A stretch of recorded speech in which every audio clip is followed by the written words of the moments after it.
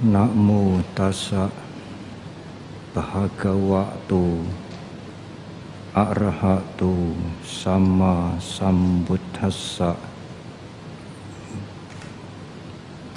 Namo tassa bhagavato arahato sama sambuddhassa.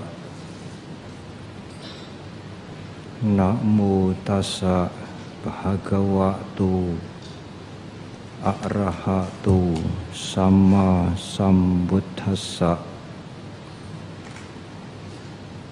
Kayena sangwaro sadhu sadhu wacaya sangwaro. Manasa sangwaro sadhu sadhu sabhata sangwaro. Sabhata sangwuto bhikkhu. Sabha dukkha pamuccati.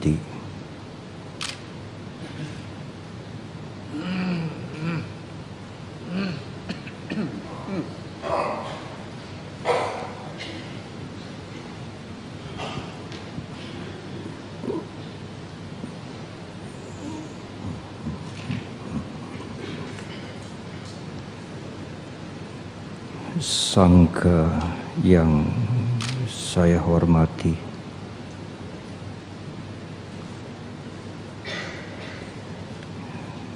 Bapak Dirjen Bimas Buddha yang hadir di tengah-tengah kita, Bapak Cornelis Wowor, salah seorang pendiri Sangha Theravada Indonesia yang juga hadir di hadapan kita.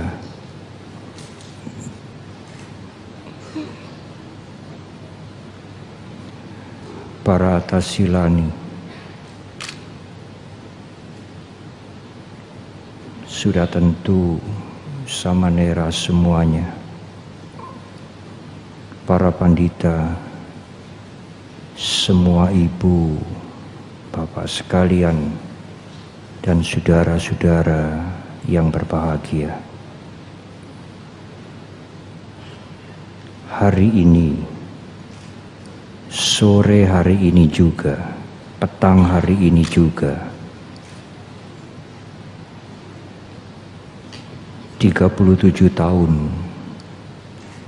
usia Sangha Theravada Indonesia. Dilahirkan 37 tahun yang lalu pada menjelang petang hari di Wihara Tanah Putih Semarang pada tanggal 23 Oktober 1976.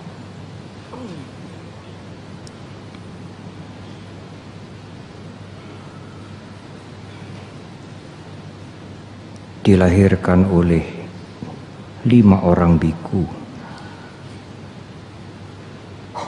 dan malam hari ini di antara para pendiri itu hadir Bapak Cornelis Wowor di tengah-tengah kita, satu-satunya saksi kelahiran Sangha Theravada Indonesia, karena Pak Wowor juga yang melahirkan Sangha Theravada Indonesia pada waktu itu sebagai biku yang tertua, Biku Agabalo. Kami semua termasuk saya sendiri tidak menyaksikan peristiwa yang penting 37 tahun yang lalu itu.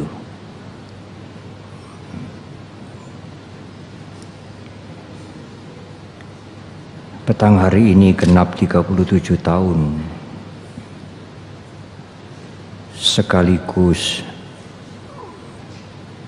kami para biku beserta dengan ibu bapak dan saudara-saudara melakukan puja sehubungan juga dengan 100 tahun usia Yang Mulia Somdet Nyana Sangwara Sanggaraja yang tepatnya pada tanggal 3 Oktober yang lalu.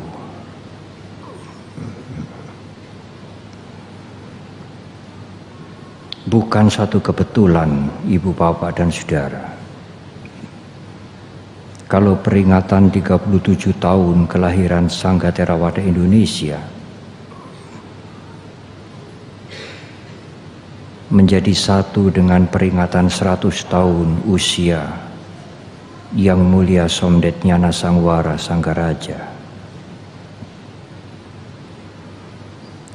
Banyak yang belum mengerti dan mungkin tidak mengerti sama sekali.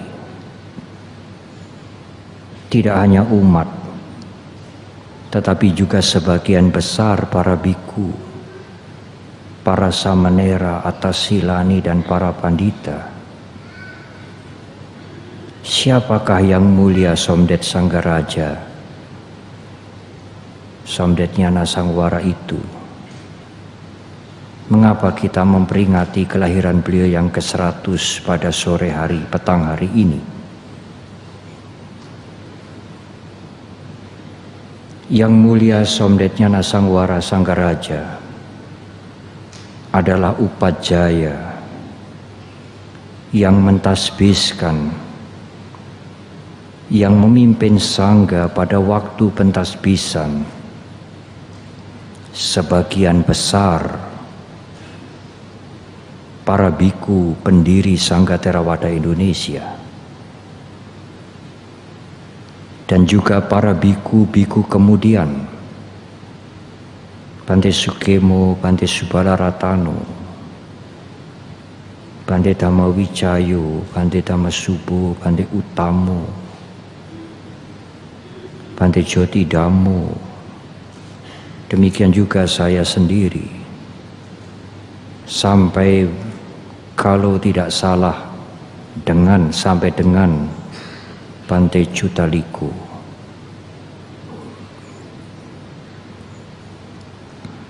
Ibu, bapak, dan saudara, kalau para biku kemudian ditasbihkan oleh Bante Sukemo, ada juga yang saya tasbihkan. Bante Sukemo dan saya menjadi upajaya. Maka para biku kemudian yang ditasbihkan di Indonesia, yang Bante Sukemo atau saya menjadi upajaya, sebenarnya terhadap Yang Mulia Somdet Nyana Sangwara Sanggaraja, terhadap beliau seperti dalam tanda petik kakek guru yang mentasbihkan. Yang Mulia Somdet Nyana Sangwara mentasbihkan Bante Sukemo, memimpin sangga mentasbihkan saya, dan Bante Sukemo serta saya mentasbihkan biku-biku yang lain. Maka terhadap biku-biku yang kami lahirkan itu, menganggap Yang Mulia Somdet seperti kakek guru. Biasanya cucu itu lebih dekat pada kakeknya ketimbang pada ayahnya. Tetapi cucu-cucu murid di Indonesia mungkin tidak mengenal kakeknya, justru karena kakeknya berada jauh di Thailand. Apalagi dekat, mungkin tidak mengenal karena tidak pernah bertemu. Untuk itulah kami mempunyai kepentingan untuk menjelaskan sekarang kepada para biku, para samanera atau silani, kepada ibu, bapak, dan saudara-saudara. Pada masa itu ada kesalahpahaman. Mengapa Sangga Theravada Indonesia seperti berkiblat kepada luar negeri, mengirimkan biku-biku untuk ditasbiskan di Thailand? Kami menjelaskan ibu, bapak, dan saudara, tidak mungkin kami mentasbiskan diri sendiri menjadi biku. Karena pentasbisan biku harus dilakukan oleh Sangga. Tetapi tidak mungkin Sangga mentasbiskan kalau tidak ada upajaya yang mempunyai hak yang diberikan oleh Sangga, yang qualified untuk mentasbiskan biku. Sebaliknya tidak mungkin seorang upajaya sendirian mentasbiskan biku, kecuali mentasbiskan samanera, kalau tidak ada jumlah quorum minimal Sangga.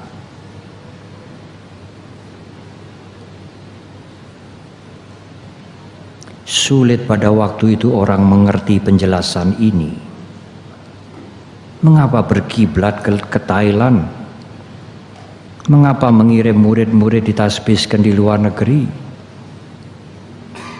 Di mana kepribadian Sangga Theravada Indonesia?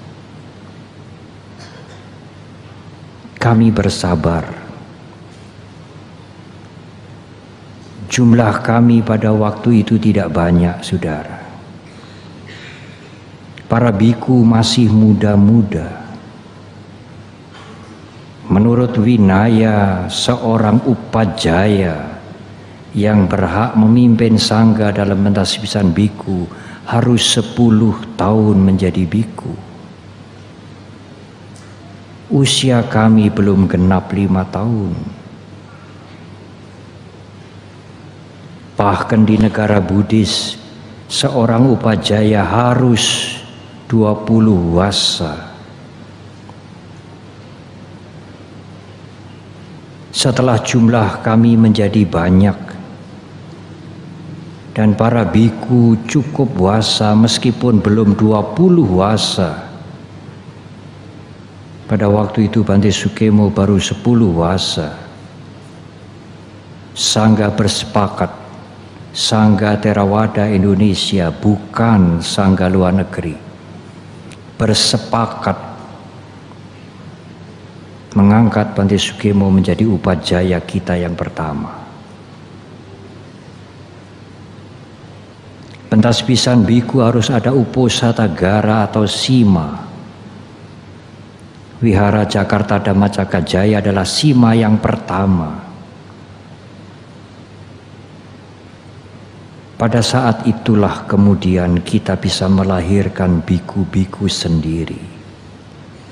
Oleh Sangga Theravada Indonesia sendiri, di tanah air sendiri, di sima di tanah air sendiri oleh putra-putra bangsa Indonesia sendiri. Keuletan dan kesabaran, saudara, semuanya tidak mungkin sekaligus jadi. Apapun yang kita lakukan, kesabaran dan keuletan menerima cercaan. Tetapi tentu tidak pada tempatnya saya berbicara cercaan pada waktu itu. Kalau saudara ingin mendengarkan lebih jelas cercaan apa, silahkan bertanya kepada Pak Wowor. Kalau Pak Wowor masih mau cerita. Saya pernah bersama Pak Wowor mendengar cercaan dan menerima itu dengan kesabaran.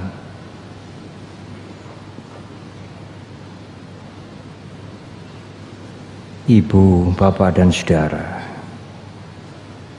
kalau malam hari ini Ibu, Bapak, dan Saudara melihat para biku kita sebanyak ini, meskipun yang hadir hanya sepertiga, dan samanera sebanyak ini, atasilani sebanyak ini, hampir semua sarjana, sangat mengharukan.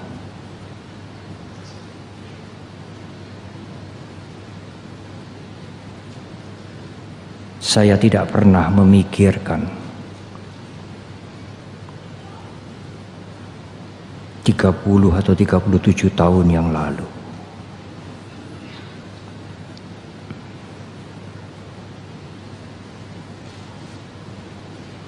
Ibu, Bapak, dan Saudara, sekarang kami melahirkan biku-biku sendiri di sima kami sendiri.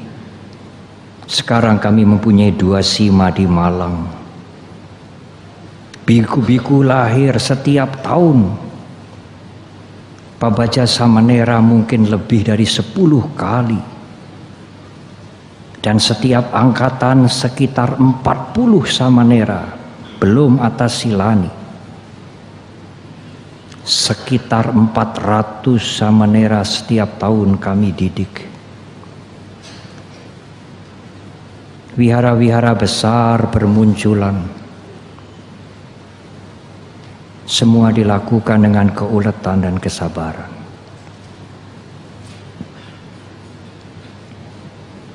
Ibu, Bapak, dan Saudara, oleh karena itulah Sangga Theravada Indonesia ini adalah kelanjutan dari Sangga yang didirikan oleh Sang Buddha. Karena seorang umat Buddha tidak bisa mentasbihkan, mengangkat dirinya sendiri sebagai biku tanpa melalui sangga.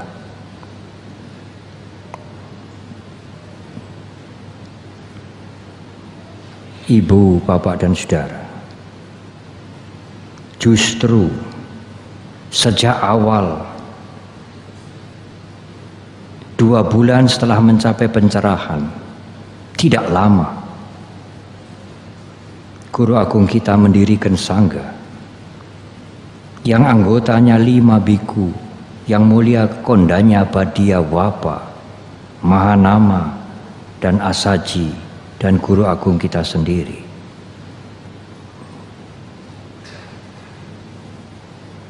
Sangga itulah yang membuat agama Buddha bertahan. Banyak pandangan-pandangan, banyak pemikiran-pemikiran, banyak aliran-aliran. Kalau pemikiran-pemikiran itu, kalau pandangan-pandangan itu tidak hidup di dalam komunitas, hanya dikembangkan perseorangan, bukan oleh satu institusi, pandangan seperti apapun baiknya tidak mungkin akan bertahan.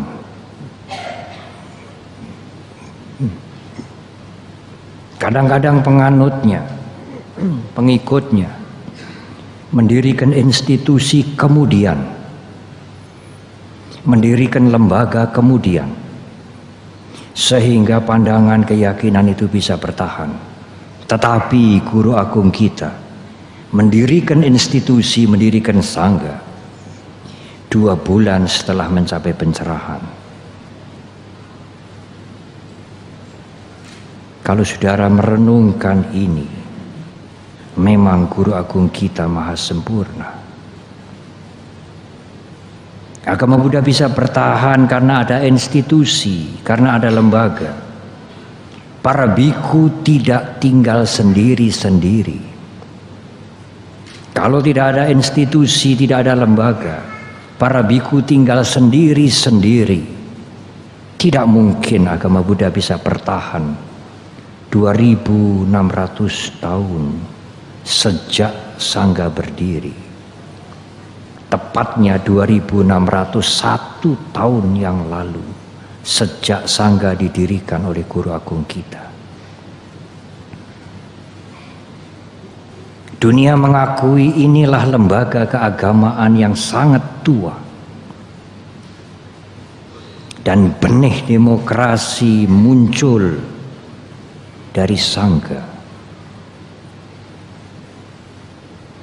Para skolar mengetahui benih demokrasi muncul pada saat Guru Agung kita mendirikan Sangga, di dalam kehidupan Sangga.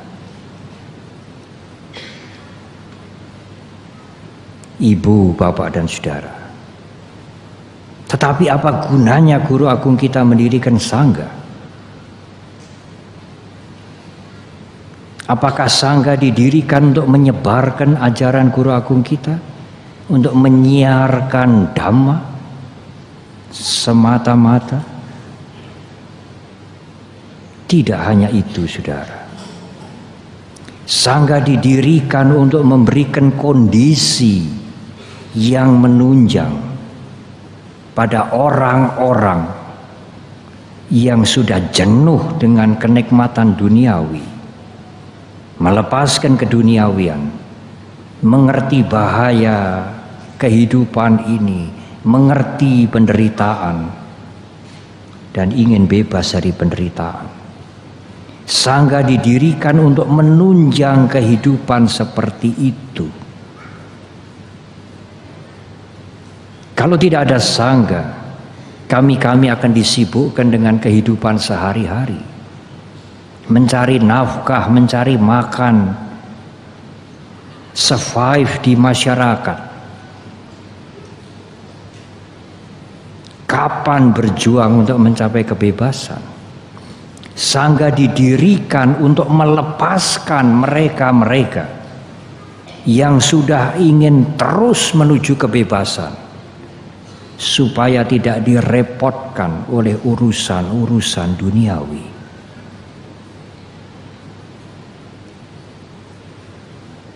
Itulah sebetulnya tujuan Guru Agung kita mendirikan Sangga.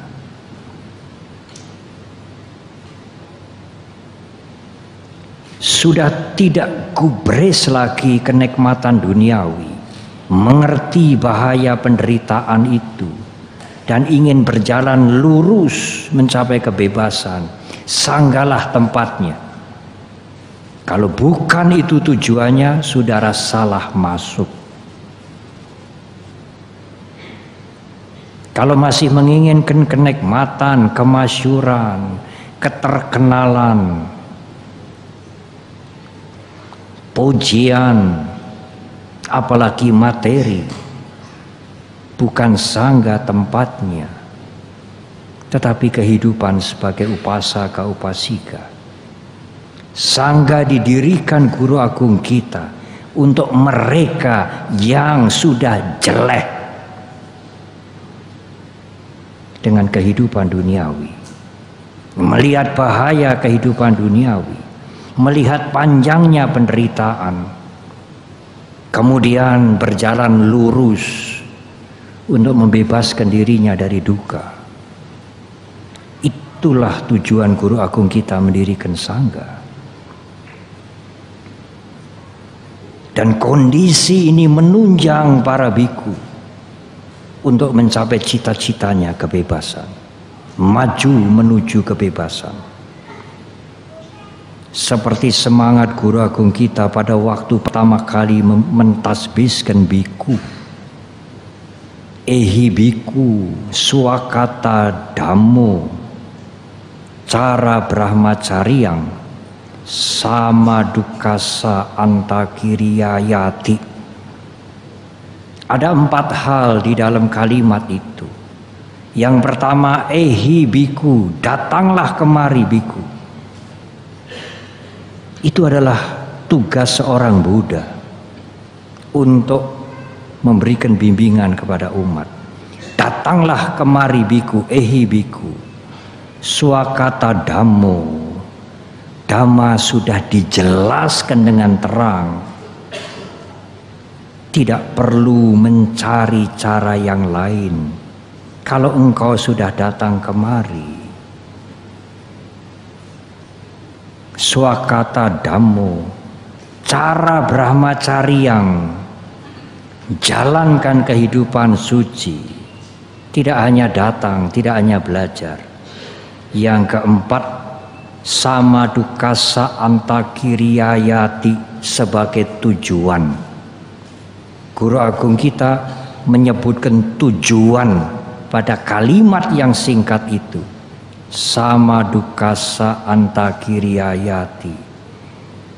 Selesaikan, bebaskan penderitaan secara tuntas. Samadukasa antakiriyayati. Untuk itulah sangga didirikan.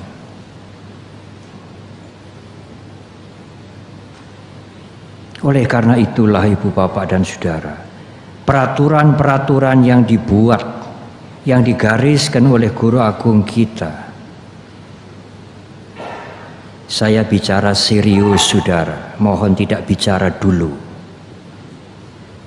Bicaranya nanti, Anda mempunyai waktu lebih banyak. Saya akan menggunakan kalimat seirit mungkin, tetapi saya akan menyampaikan hal-hal yang sepenting mungkin. Ibu, Bapak, dan Saudara, oleh karena itulah peraturan winaya yang diberikan oleh Guru Agung kita bukan hanya untuk mengatur lembaga, bukan hanya untuk mengatur organisasi, tetapi cara bagaimana para biku hidup, cara brahmacaryang untuk menjalankan kehidupan suci, samadukasa antakiriyayati, untuk membebaskan diri dari penderitaan. Bahkan Guru Agung kita, bahkan di dalam kitab suci dikatakan, seandainya abhidhamma dilupakan, seandainya suta-suta dilupakan, kalau winaya masih dihormati, dan bagaimana menghormati winaya, menjalani winaya, agama Buddha tidak akan tenggelam. Selama winaya dijalankan, agama Buddha tidak akan lenyap. Winaya tidak sekadar mengatur organisasi, cara hidup para biku, dan sekaligus menjaga dhamma.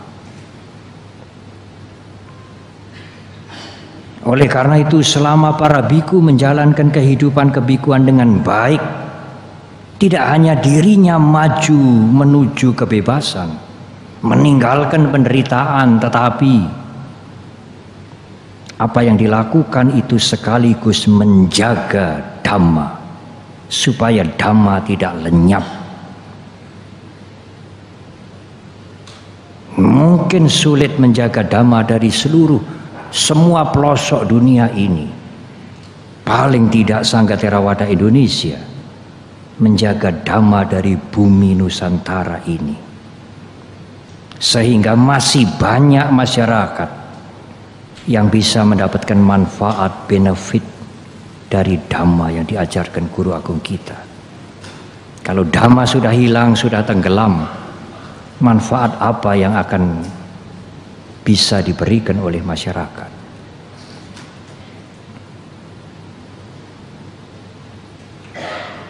Sekarang Ibu Bapak dan Saudara, masyarakat mempercayai Sangga Theravada Indonesia. Kalau Pak Dirjen hadir malam hari ini, pemerintah mempercayai kita, Dirjen mencintai kita. Ibu, Bapak, dan Saudara, apakah yang menjadi perhatian, apakah yang harus dilakukan oleh para biku?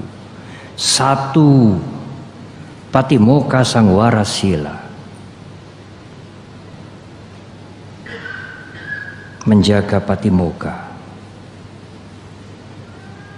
Para biku adalah mereka yang hidup sederhana, bukan hanya sederhana pakaiannya, sederhana tempat tidurnya, tetapi juga sederhana mentalnya. Tidak banyak keinginan, karena keinginan itulah awal penderitaan. Apa yang harus dijalani, apa yang harus dilatih, yang kedua adalah indriya sangwara sila, menjaga panca indera, panca indera dalam bahasa Indonesia, menjaga mata, telinga, ya termasuk handphone segala macam, SMS, Facebook,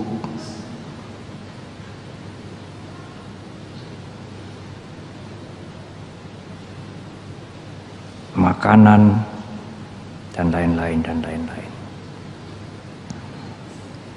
Yang ketiga,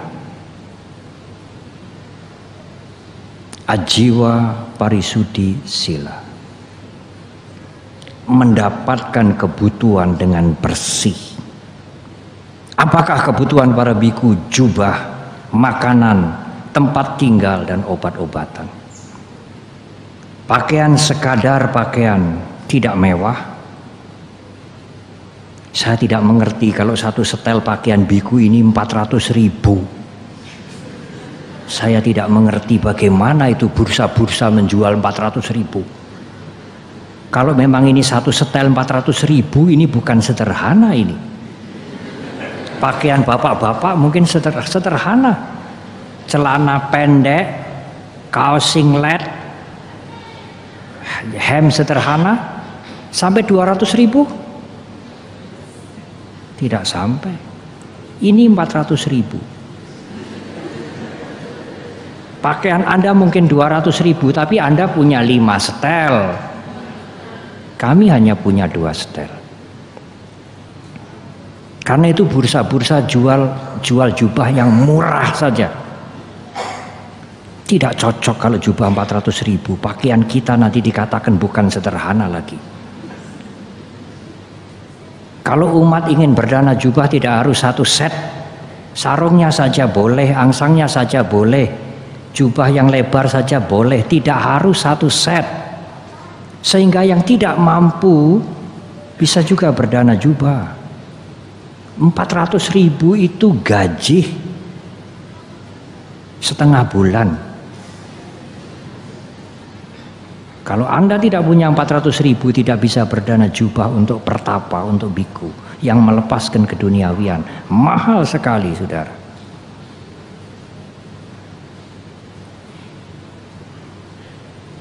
Para biku berusaha keras untuk memenuhi kebutuhannya yang sederhana. Jubah 2 setel, 1 setel miliknya, 1 setel milik bersama.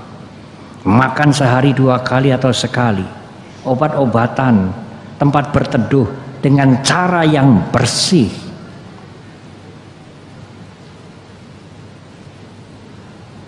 Yang diajarkan oleh Winaya. Bagaimana cara mendapatnya? Menerima dana dari umat tanpa minta. Para biku tidak boleh minta kepada siapapun kecuali kepada keluarganya dulu, atau kepada umat yang sudah menyatakan kesediaan yang disebut pawarana. Selain itu tidak boleh minta kecuali pada keluarganya atau obat atau air putih. Yang keempat, paccaya sanisita sila, menggunakan 4 kebutuhan dengan benar. Kalau ajiwa parisudi sila mendapatkan bahannya dengan benar, yang keempat menggunakan dengan pikiran yang benar. Menggunakan semuanya itu dengan merenungkan.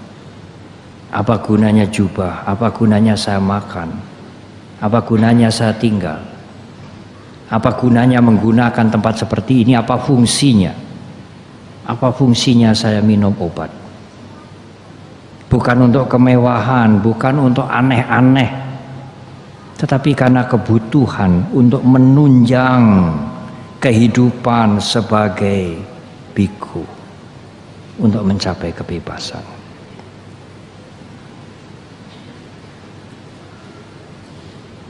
Ibu, bapak, dan saudara, kalau 4 yang dilakukan oleh biku ini disingkat seperti yang disampaikan oleh Guru Agung kita yang ada di Dhammapada, Kayena Sangwaro Sadhu sangat baik mengendalikan jasmani, perbuatan jasmani. Sadhu Wacaya Sangwaro sangat baik mengendalikan mulut. Para biku tidak bisa lepas dari masyarakat. Kehidupan biku bukan mengucilkan diri di tengah-tengah hutan. Seandainya para biku tinggal di wihara-wihara di hutan, para biku juga tinggal bersama sangga. Para biku bukan pertapa yang memencilkan diri di hutan-hutan, terpisah dari masyarakat. Tidak, para biku hidup di tengah-tengah sangga. Memang bukan melakukan kejahatan, memang tidak melanggar winaya, tetapi mulut harus dijaga. Ya, sekarang termasuk menjaga SMS segala macam itu, email dan lain-lain. Kalau tidak sangwara, apa yang diucapkan, apa yang ditulis akan menimbulkan masalah di masyarakat. Guru Agung kita pernah menjelaskan, Dhamma memang harus dijelaskan dengan benar, dengan jelas, dengan terang, tetapi juga dengan kalimat yang baik, tidak menyakitkan orang lain.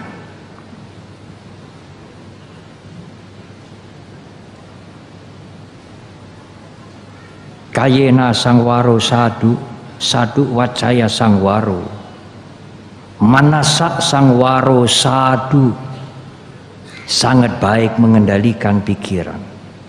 Karena ucapan dan perbuatan itu datangnya semua dari pikiran kita. Sadhu Sabhata Sangwaro sangat baik sekali mengendalikan semuanya itu. Perbuatan, ucapan, pikiran.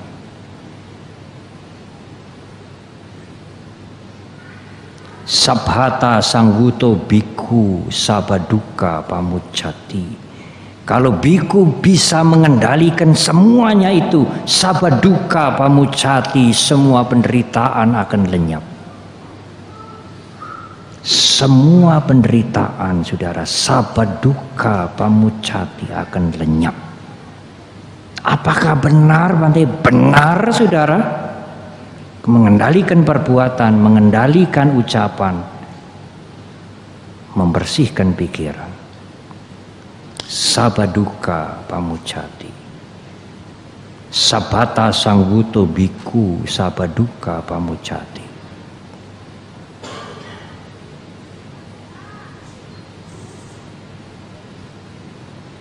Ibu, bapak dan saudara, inilah sesungguhnya kehidupan para biku. Dan inilah waktu yang tepat untuk menggambarkan kepada saudara, siapakah biku? Siapakah Sangga Theravada Indonesia itu?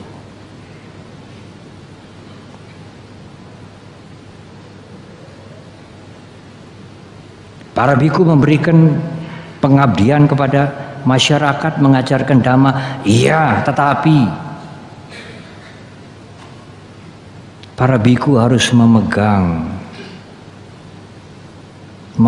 komitmennya, cita-citanya semula untuk kebebasan dan integritasnya sebagai biku.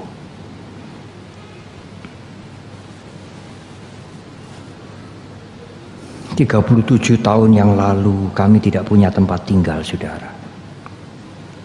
Di Jakarta ini biku bonceng di kelenteng-kelenteng.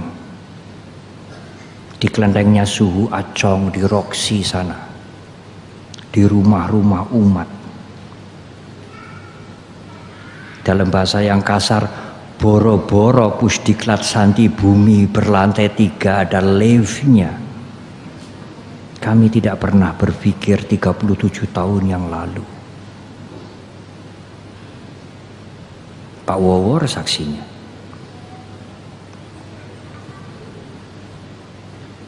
Di zaman dahulu umat yang mencari tanah membangun wihara, kalau sudah jadi dipersembahkan kepada Sangga.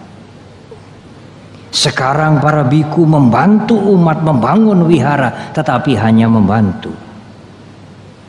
Para biku tidak mungkin membangun wihara sendiri tanpa didukung oleh umat. Wihara yang sebesar ini kami bangun dengan integritas sebagai biku. Bante Subala berjuang dibantu oleh para biku anggota Sangga Theravada Indonesia seluruhnya.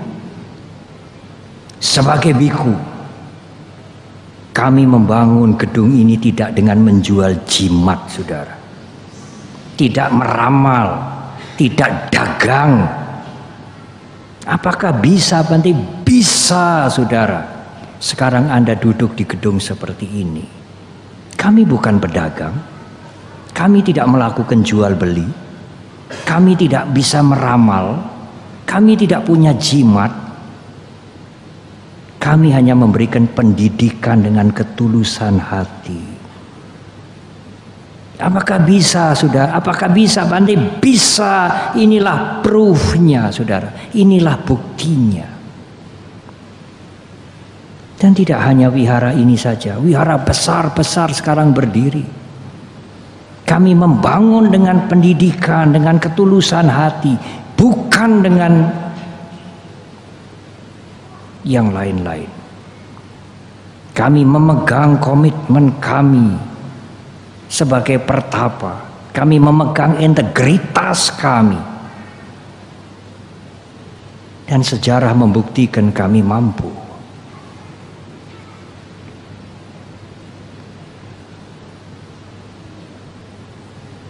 Saudara bisa melihat dengan mata kepala sendiri sekarang.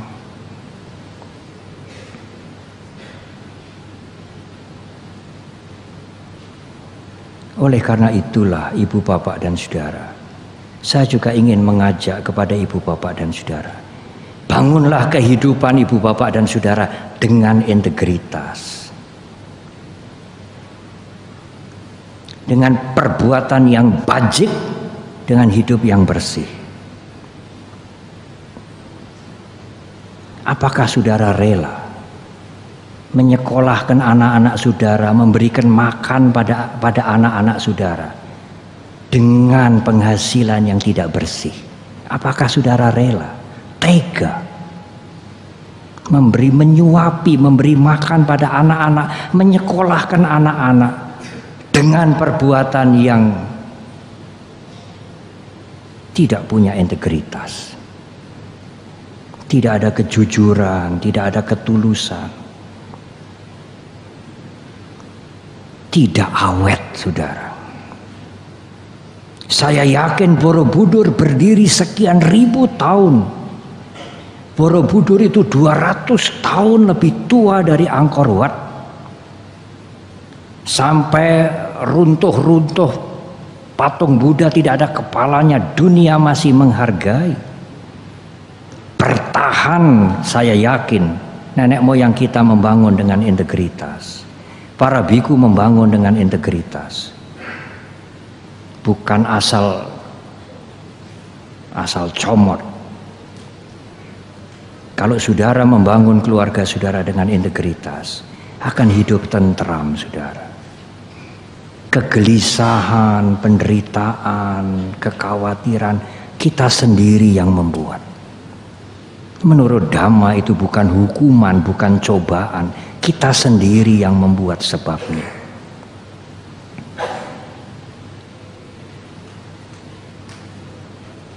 Wihara-wihara yang dibangun oleh Sangga Theravada Indonesia dengan integritas, saya yakin akan bertahan. Apakah Sangga Theravada Indonesia mendapatkan bantuan dari luar negeri? Tidak, saudara. Pada awalnya mungkin, tetapi sedikit. Sekarang tidak. Dari mana ini semua, Bante? Dari ketulusan hati, dari kebajikan, dari keyakinan yang dimiliki oleh umat, dari kepercayaan umat Buddha kepada Sangga Theravada Indonesia. Kalau Sangga Theravada Indonesia tidak dipercayai oleh umat Buddha, bagaimana kami membangun seperti ini?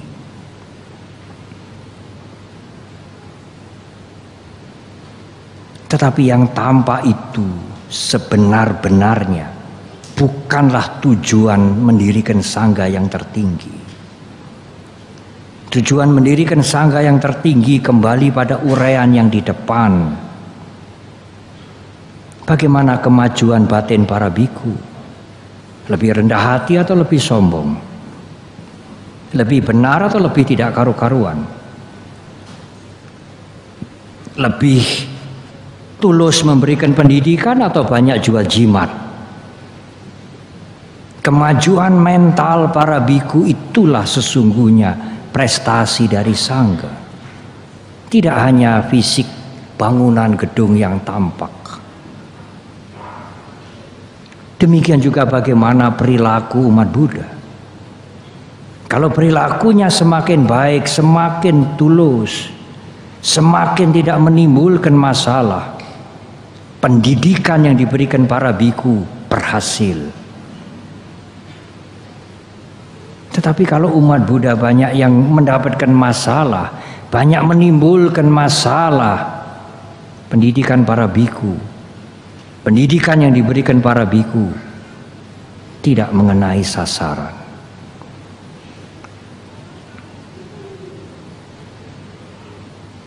Ibu, bapak, dan saudara, saya akan memberikan satu cerita yang agak menyedihkan. Di satu desa di Jawa Tengah jauh dari Jakarta, ada pemilihan lurah. Belum pemilihan bupati, gubernur. Ada umat kita yang pindah keyakinan, meninggalkan agama Buddha, menjadi berkeyakinan lain. Tiap sore membuat sembahyangan dengan keyakinannya yang baru itu. Orang yang datang diberi sangu 100.000 duit merah itu. Oh, banyak sekali yang datang berhari-hari. Kemudian dia mencalonkan diri menjadi lurah, lalu coblosan, kalah, saudara.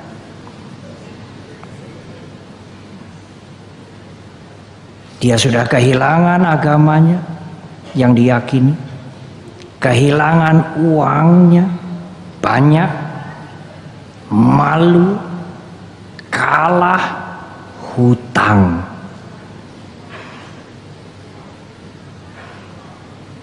Apakah hidup seperti ini bahagia? Di mana integritasnya sampai keyakinan pun, sadar pun dibuang demi kedudukan, demi materi? Ibu, bapak, dan saudara, bangunlah rumah tangga kalian dengan integritas. Sederhana tidak soal. Sangga mencontohkan membangun gedung ini dengan integritas. Tanah wihara ini, gedung ini, pusdiklat ini, berapa miliar mungkin? 30 miliar mungkin sekarang. Diberikan, didanakan oleh seorang tua, Pak Pranoto. Ada hadir Pak Pranoto?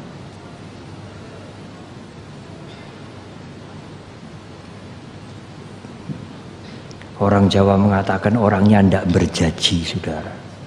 Kurus, kurus kering. Maaf, ini anaknya duduk di depan. Tapi Pak Pranoto memberikan dengan integritas. Apa pamrih dia? Hanya melakukan kebajikan. Miliaran tanah ini, saudara. Apakah Pak Pranoto ingin mengatur Sangga Theravada Indonesia? Tidak. Dia memberikan, dia berdana dengan ketulusan. Dia punya integritas. Karena Sangga punya integritas. Apakah Sangga membujuk Pak Pranoto? Tidak, saudara. Malah awalnya Sangga itu jual mahal. Dikasih tanah bermiliar-miliar itu enggak minat. Pura-pura, ya bukannya pura-pura. Kalau pura-pura itu artinya mau tetapi seperti tidak mau. Betul-betul tidak mau, bagaimana nanti membangunnya? Tapi yang memberikan setengah memaksa. Kami menerima, kami membangun dengan kewajaran. Saya pernah terlibat beberapa kali malam dana. Pantai jualan tidak, saudara. Pantai bikin lotre tidak, saudara. Saya hanya mengajar dhamma, memberikan ceramah, menggerakkan, memberikan penjelasan kepada yang hadir bahwa dana yang diberikan untuk membangun gedung ini akan berguna untuk masyarakat. Hanya itu yang kami jelaskan dan kami konsisten untuk itu. Sekarang gedung ini sudah jadi. Apakah di zaman sekarang kita bisa hidup dengan kejujuran, dengan kebajikan, dengan integritas? Bisa, saudara, kalau kita mau. Dan itu memberikan ketentraman hati pada kita. Itulah yang diberikan oleh Sangga Theravada Indonesia kepada masyarakat. Keteladanan, ketulusan hati, integritas, keyakinan. Dan itulah jalan untuk mencapai kebahagiaan. Membebaskan diri dari kilesa kotoran batin, mengurangi penderitaan, menuju kebahagiaan. Anumodana, terimalah penghargaan kami para biku. Selama ini saudara telah mencintai, mendukung, bahkan membela Sangga Theravada Indonesia. Semoga kebajikan ibu bapak dan saudara akan membawa kebahagiaan dan kebebasan bagi ibu bapak dan saudara. Semoga para biku tetap pada komitmen awal mencapai kebebasan, menjadi biku dengan integritas, dan mengabdi kepada masyarakat dengan ketulusan hati, dengan integritas. Ehi biku swakata dhammo, cara brahmacaryang sama dukasa antakiriyayati. Datanglah para biku kemari, dhamma sudah dijelaskan dengan jelas. Jalani kehidupan suci untuk membebaskan penderitaan secara total. Dirgahayu Sangga Theravada Indonesia. Semoga semua makhluk berbahagia. Terima kasih.